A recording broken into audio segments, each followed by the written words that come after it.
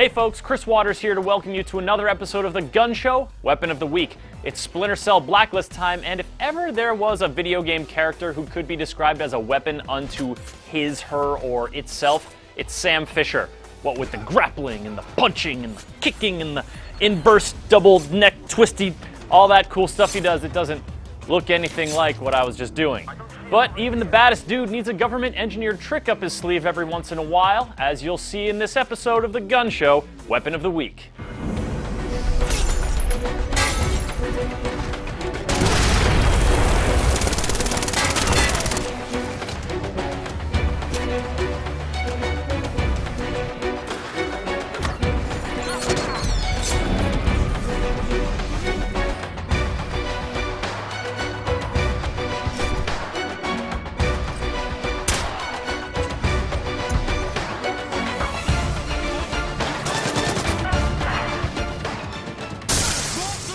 Now, Sam is a tough dude and seems to be recovering from his voice actor-ectomy pretty well, but this is a new battlefield in Blacklist, and he can only rely so much on his old habits. The anglerfish approach of just waiting for enemies to bring their necks within snapping range is good from time to time, but more often you'll need to reach out and touch somebody. Fortunately, within the first few missions, you'll be able to purchase the Crossbow. Now, historically, the Crossbow served as a quick and dirty way to make Steve's swordsmen deadly at range, but in Blacklist, you can't actually kill anybody with it. This might seem a bit awkward given how delighted we are here with bringing digital death to our virtual victims, but trust us, this thing is cool. First off, you got the zaps. Who doesn't like giving dudes the zaps? They're all shaking and shimmying and seizing up and catching glimpses of the eternal and emptying their bowels into their unsuspecting pants. And then there's the gassing, which is actually really thoughtful of you. All these nighttime patrols are really messing with those guards' circadian rhythms. You're just trying to get them back on a nice sleep cycle. Gotta get your 8 hours.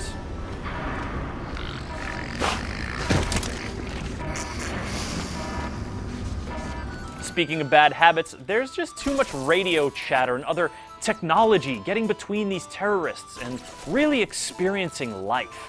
Which is why you're gonna fry all their gizmos with an EMP chaff combo bolt. And when all else fails, make like the three amigos and try to draw their attention with a noisemaker. Caw! Caw! Hey! Hey you! You two! You two! Look up here! Look up here!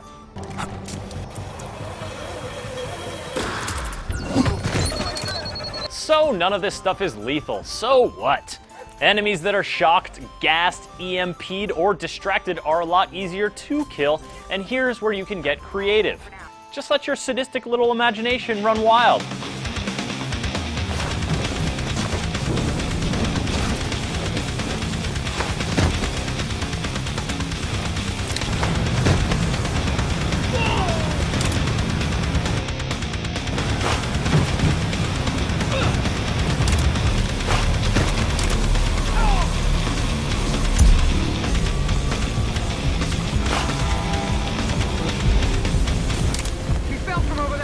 When they haul you before a court of martial law, you don't mention Crossbow by name.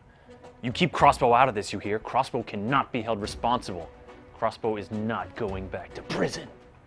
You know what? Just blame it on Sticky Cam. That old workhorse can pretty much do all that Crossbow stuff. The only difference is that you need to throw it yourself. Did you know Sam Fisher was a AAA shortstop with Major League prospects? Well, he wasn't, but he's still got a pretty good arm. And if his rotator cuff is acting up after a particularly vigorous session of hanging from stuff, send in the flying drone to get all up in people's faces and tase them and then maybe blow them up and stuff, you crazy old panther, you. Ah, Fisher. Forget who you're talking to. But for the ultimate in comfort for the aging super operative who cares more about giving his joints a rest than letting some enemy combatants live to see another day, it's gotta be the SR-25 sniper rifle.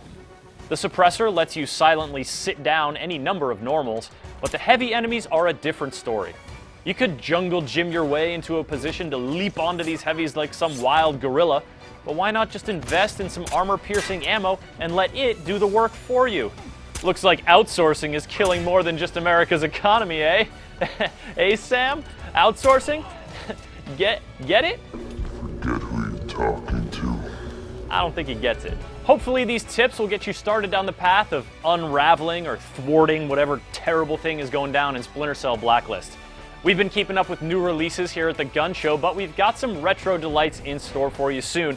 So keep those suggestions coming to me over Twitter at CTWaters, and sound off in the comments below over what you're spending your hard-earned Splinter Cell bucks on in the duty-free shopping aboard the Paladin. Shop smart, and thanks for watching the Gun Show Weapon of the Week.